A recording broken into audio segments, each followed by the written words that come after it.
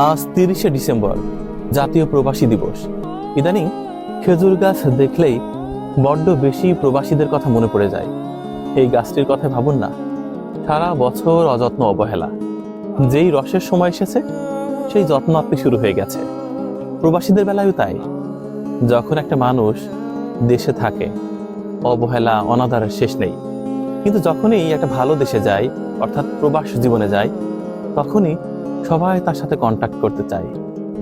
যে ছেলেটি পরিবারের কথা চিন্তা করে ঘর ছাড়লো, সংসার ছাড়লো, শহর ছাড়লো, দেশ ছাড়লো, দিন শেষে তার মনের ব্যথা কেউ বোঝে না। প্রতিদিন ফোনে কথা হয়, ওপাশে হাসির শব্দ শোনা যায়, কিন্তু বুকের ভেতরের যে আর্তনাদ সেটি কিন্তু কেউ শোনে না। প্রবাসীদের জীবন অনেকটা খেজুর গাছের মতো, সারা বছর যত্ন নেই, অথচ তার সুবিধা নেওয়ার বেলায় সকলেই আগ্রহী।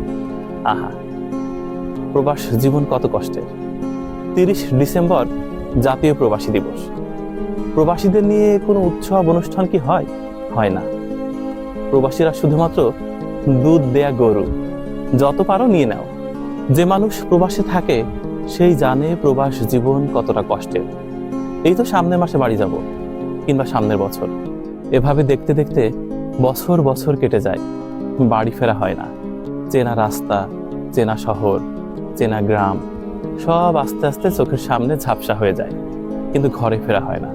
বাড়ি ফিরতে চাইলেই কেউ না কেউ শোনায়, বোনের বিয়ে হোক, ঘরটা তোলা হোক, জমিগুলো নেওয়া হোক, তারপর নয় ফিরে এসো। কিন্তু সেটা কবে?